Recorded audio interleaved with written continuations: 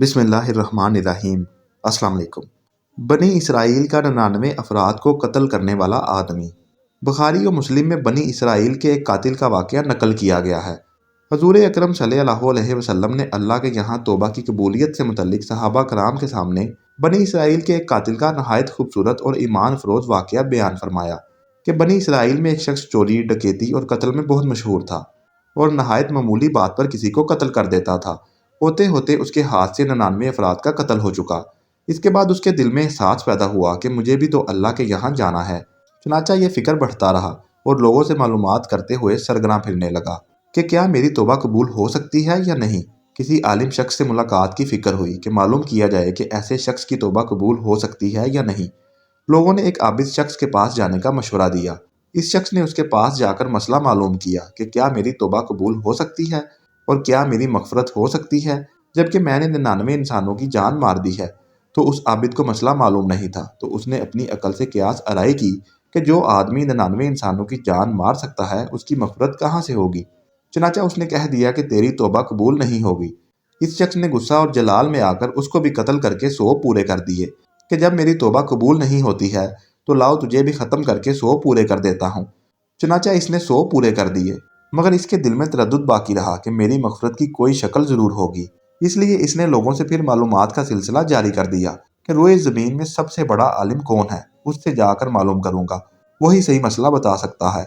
आखिर लोगों ने उसको बतलाया कि फ़लाँ जगह एक आलिम रहता है, उससे जाके मालूम करो। चुनांचा इसने उस आलिम साहब के पास जाकर अपनी ज़िंदगी की कारगुजारी सुनाई और 100 आदमियों को किस तरह से कत्ल किया सारा कारनामा सुनाकर मालूम किया कि अब बतलाइए कि मेरी तौबा कबूल हो सकती है या नहीं।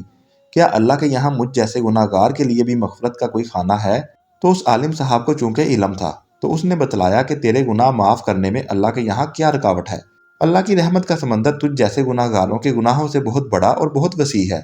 चुनांचा इस आलिम साहब ने मशवरा दिया कि तुम फलां जगह सफ़र करके जाओ, वहाँ कुछ अल्लाह के बंदे रहते हैं, उनका मशगला सिर्फ अल्लाह की इबादत है। उनके साथ मिलकर अल्लाह की इबादत करो और नादम होकर अपने गुनाहों की माफ़ी मांगो, इंशाअल्लाह तुम्हारी मगफरत हो जाएगी।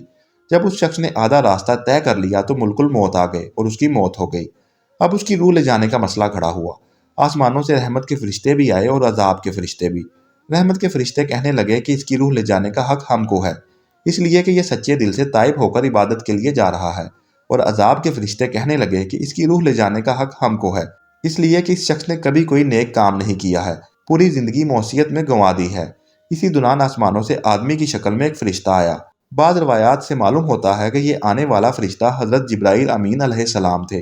चुनांचा उस फरिश्ते ने तशरीफ़ लाकर इन दोनों तरह के फरिश्तों के दरमियान ये फैसला किया कि दोनों तरफ की मसाफत नाप करके देख लो कि जहाँ से आ रहा है वहाँ की मसाफत करीब है या जहाँ जा रहा है वहाँ की मसाफत, लिहाजा जहाँ की मसाफत करीब हो उस शख्स को वहाँ वालों में शुमार कर दिया जाए। चुनांचा दोनों तरफ की ज़मीन नाप कर देखी गई तो जहाँ जा रहा था वहाँ की मसाफत जहाँ से आ रहा था उसके मुकाबले सिर्फ एक बालश्त यानी 9 इंच करीब है। चुनांचा फैसला हुआ कि मुकामे मासियत से मुकामे इबादत सिर्फ एक बालश्त करीब है, इसलिए रहमत के फरिश्तों को इसकी रूह ले जाने का हक हो गया। चुनांचा अल्लाह की तरफ से उसकी मगफरत का ऐलान हो गया।